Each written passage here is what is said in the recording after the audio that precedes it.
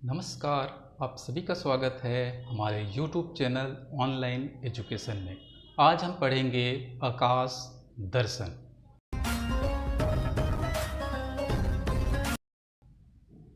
चलिए शुरू करते हैं। हम जिस ग्रह पे रहते हैं उसका नाम पृथ्वी है। दिन में हमें आकाश में सूर्य दिखाई देता है। आइए देखें आकाश में सूर्य के अलावा क्या और भी कुछ है। किसी ऐसी अंधेरी रात में आकाश को देखें जब बादल ना हो। आपको बहुत सारे तारे दिखाई देंगे। इनमें से कुछ चमकीले तथा कुछ धुंधले होंगे, कुछ बड़े होंगे और कुछ छोटे होंगे। मज़ेदार बात यह है कि इतने छोटे दिखने वाले ये तारे हमारी पृथ्वी से भी कई गुना बड़े हैं और सूर्य से भी कई गुना बड़े हैं। अब प्रश्न यह उठता है कि ये तारे हमें इतने छोटे क्यों दिखाई देते हैं। आइए इसे समझें। दो समान आकार के फुटबॉल लेकर इसे हम मैदान में एक दूसरे से दूर दूर रख देते हैं। अब हम मैदान में खड़े होकर एक तरफ से इसे इस प्रकार देखेंगे कि दोनों बॉल और हम एक सीधी रेखा में हैं। अब क्या बताइए, दोनों बॉल हमें समान दिखाई दे रहा है? क्या दोनों बॉल का आकार एक जैसा है? नहीं, जो फुटबॉल हमारे पास में है उसका आकार बड़ा दिखाई दे रहा है और जिस फुटबॉल को हमने दूर में रखा है उसका आकार छोटा दिखाई दे रहा है। यही कारण है कि तारे हमको बहुत छोटे नज़र आते हैं, लेकिन वास्तव में वो बहुत बड़े हैं। बहुत दूर पर स्थित होने के कारण ये तारे हमें छोटे नज़र आते हैं। आइए देखें हमारे सौर मंडल के ग्रहों और हमारे सूर्य के बीच आकार में कितना अंतर है। सूर्य इतना बड़ा है, इतना विशाल है कि 13 लाख पृथ्वी सूर्य में समा सकती है।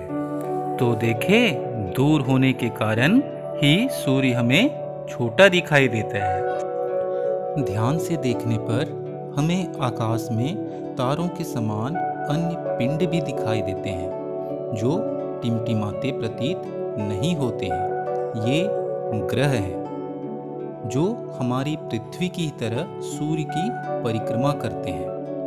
तारों और ग्रह में अंतर ये है कि ग्रह का प्रकाश हमेशा एक समान बना रहता है, जबकि तारे हमें टिमटिमाते हुए या झिलमिलाते हुए प्रतीत होते हैं। तारों में स्वयं का प्रकाश होता है, जबकि ग्रह एवं उपग्रह सूर्य के प्रकाश को परावर्तित कर देते हैं, इसलिए वे चमकदार दिखाई देते हैं। कभी कभी हमें आकाश में कुछ समय के लिए प्रकाश की एक चमकीली रेखा दिखाई देती है। वास्तव में ये जलते हुए उल्का पिंड है। इस प्रकार हमारी पृथ्वी तथा अन्य ग्रह, सूर्य तथा चंद्रमा, उल्का पिंड आदि मिलकर आकाश गंगा की रचना करते हैं। तारे हमें रात में ही दिखाई देते हैं। दिन के समय सूर्य के प्रकाश के कारण तारे हमें नजर नहीं आते। अधिकांश तारे हमारी पृथ्वी से बहुत अधिक दूरी पर स्थित हैं और उनके प्रकाश को पृथ्वी तक पहुंचने में लाखों वर्ष का समय लग सकता है। तारों की दूरियों को प्रकाश वर्ष में मापा जाता है। प्रकाश लगभग 3 लाख किलोमीटर प्रति सेकंड की चाल से एक वर्ष में जितना दूरी तय करती है उसे हम प्रकाश वर्ष कहते हैं। प्रकाश वर्ष दूरी का मात्रक है। सूर्य पृथ्वी के सबसे पास का तारा है। यह हमारी पृथ्वी से लगभग 15 करोड़ किलोमीटर दूर स्थित है। सूर्य के प्रकाश को पृथ्वी तक पहुंचने में लगभग 8.3 मिनट का समय लगता है। इसलिए हम कह सकते हैं कि सूर्य पृथ्वी से लगभग 8.3 प्रकाश मिनट दूर स्थित है। सूर्य के बाद पृथ्वी के सबसे निकट का तारा अल्फा सेंटारी है। साइरस सबसे चमकीला तारा है। अल्फा सेंटारी लगभग 4.3 प्रकाश वर्ष दूर है और साइरस पृथ्वी से लगभग 8.7 प्रकाश वर्ष दूर स्थित है। ध्यान से देखने पर हमें तारों की एक धुंधली पट्टी उत्तर से दक्षिण की ओर दिखाई देती है। इसे आकाश गंगा कहते हैं। ब्रह्मांड में ऐसी लाखों आकाश गंगाएं हैं। हमारा सौरमंडल इसी आकाश गंगा में स्थित है। पृथ्वी अपने अक्ष के चारों ओर पश्चिम से पूर्व की ओर घूम रही है, जबकि तारे हमें पूर्व से पश्चिम की ओर गति करते हुए प्रतीत होते हैं। जैसे हमारा सूर्य पूर्व से उदय होता है और पश्चिम में अस्त होता है। सभी तारों की स्थितियां बदलते रहती है, किंतु उत्तर दिशा में स्थित ध्रुव तारा हमें स्थिर प्रतीत होता है। पृथ्वी के घूर्णन अक्ष पर स्थित होने के कारण ध्रुव तारे की स्थिति बदलती नहीं है। हम पृथ्वी के किसी भी स्थान से देखें तो ध्रुव तारा उत्तर दिशा में ही स्थिर प्रतीत होता है। तारों के ऐसे समूह जो किसी विशेष आकृति का आभास देते हैं उसको हम कहते हैं तारामंडल। तारामंडल के सभी तारे सदैव साथ साथ होते हैं। जो प्रमुख तारामंडल है वो है बृहत सप्तऋषि, उर्सा मेजर, लघु सप्तऋषि, उर्सा माइनर, मृग या ओरायन। ओरायन को काल पुरुष भी कहते हैं। ऊपर आसमान में देखते हैं हमारे दादा दादी बताते, ये खटिया है, ये चोर है, ये नांगर है। ऐसे बहुत सारे स्थानीय नाम तारामंडलों के हैं। इनको खोजिए, पता करिए और कमेंट में लिखिए। सौर मंडल। सौर मंडल के बारे में हमने पिछला वीडियो बना चुके हैं। ज़्यादा जानकारी के लिए उसको आई बटन में क्लिक करें और सौर मंडल की जानकारी ले सकते हैं। हम पढ़ेंगे ग्रह के बारे में। हम जानते हैं हमारे सौर मंडल में कुल मिला के 8 ग्रह हैं। ग्रह किसे कहते हैं? तो ऐसे आकाशीय पिंड या ऐसे खगोलीय पिंड जो सूर्य की परिक्रमा करते हैं उनको हम कहते हैं ग्रह।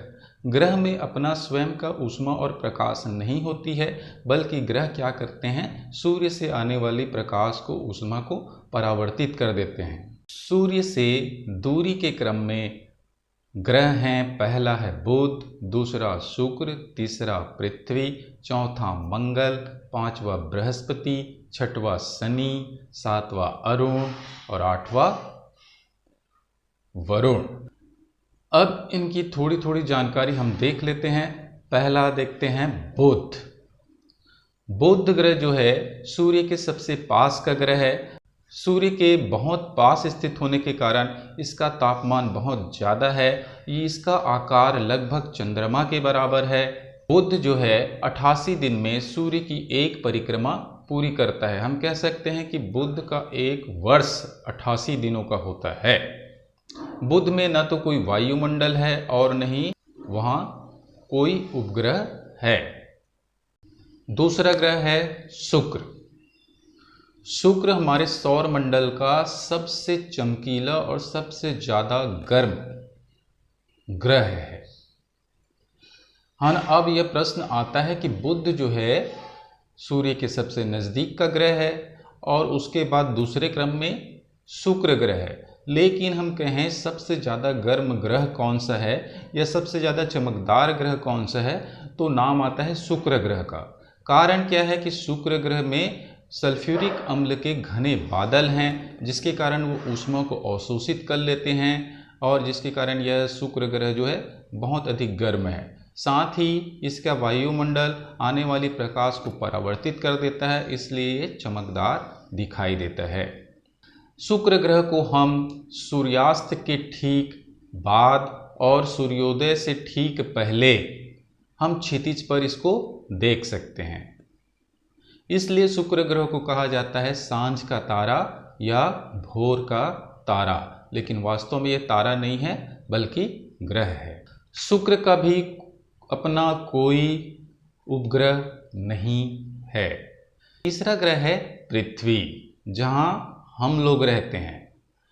पृथ्वी हमारे सौरमंडल का एकमात्र ऐसा ग्रह है जहाँ पर जीवन है। इसे नीला ग्रह भी कहते हैं क्योंकि यहाँ पे अत्यधिक मात्रा में पानी उपस्थित है और अंतरिक्ष से देखने पर पृथ्वी हमें नीले रंग का दिखाई देता है। पृथ्वी का एकमात्र उपग्रह है चंद्रमा। पृथ्वी सूर्य की परिक्रमा 365 दिन में पूरा करती है, इसलिए एक वर्ष जो है 365 दिनों का होता है।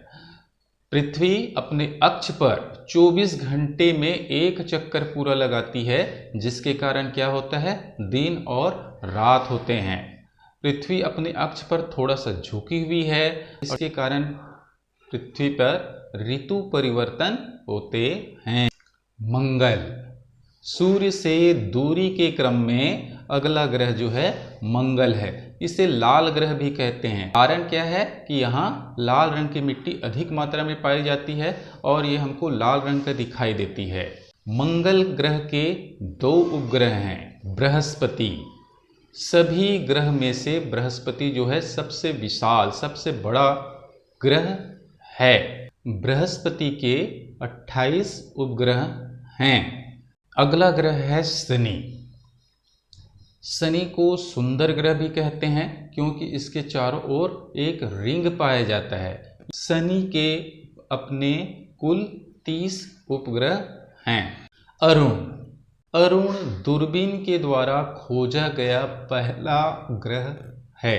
अरुण के कुल 21 उपग्रह ज्ञात हो चुके हैं। वरुण, सूर्य से दूरी के क्रम में अगला जो ग्रह है, आखिरी जो ग्रह है वो है वरुण।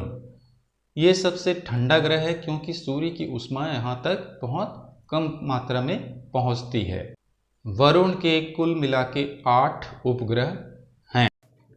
ग्रहिकाएँ, मंगल और बृहस्पति की कक्षाओं के बीच पाए जाने वाले छोटे छोटे पिंड जो सूर्य की परिक्रमा कर रहे हैं, ग्रहिकाएँ कहलाते हैं। इन्हें क्षुद्र ग्रह भी कहते हैं। धूमकेतु अत्यधिक छोटे खगोलीय पिंड हैं जो सूर्य की परिक्रमा करते हैं। इन्हें हम तभी देख सकते हैं जब ये सूर्य के बहुत पास होते हैं। इनका एक छोटा सिर होता है और उसके पीछे लंबी पूँछ होती है। धूमकेतु की पूँछ सदैव सूर्य के विपरीत दिशा में रहती है। धूमकेतु एक निश्चित समय के बाद ही दिखाई देते हैं। हेली का धूमकेतु हर 76 वर्ष बाद दिखाई देता है। उल्काएं एवं उल्का पिंड, अंधेरी रात में जब आकाश साफ होता है तो कभी कभी हमें आसमान में प्रकाश की एक चमकदार रेखा दिखाई देती है। कुछ लोग इन्हें टूटते तारे कहते हैं। वास्तव में ये तारे नहीं हैं बल्कि उल्काएं हैं। उल्का एक ऐसा छोटा आकाशीय पिंड होता है जो सूर्य की परिक्रमा करता रहता है। जब यह पिंड पृथ्वी के वायुमंडल में बहुत तीव्र गति से प्रवेश करता है तब घर्षण के कारण जल जाता है और प्रकाश की एक चमकदार धारी दिखाई देती है। कुछ उल्काएं वायुमंडल में पूरी तरह नहीं जल पाती हैं और उनका कुछ भाग पृथ्वी पर बिना जले गिर जाता है। उल्का के इन बिना जले पिंडों को उल्का पिंड कहते हैं।